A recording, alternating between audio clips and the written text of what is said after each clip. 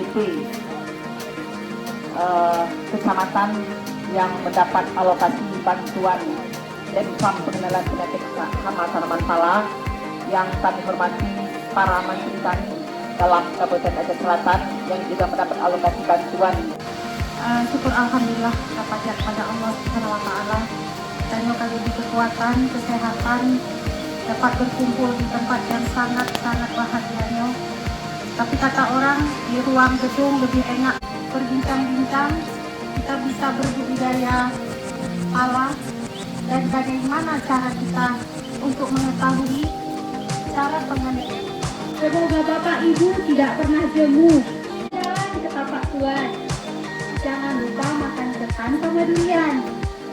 Terima kasih atas segala perhatian. Mohon maaf atas segala kesalahan. Terima kasih.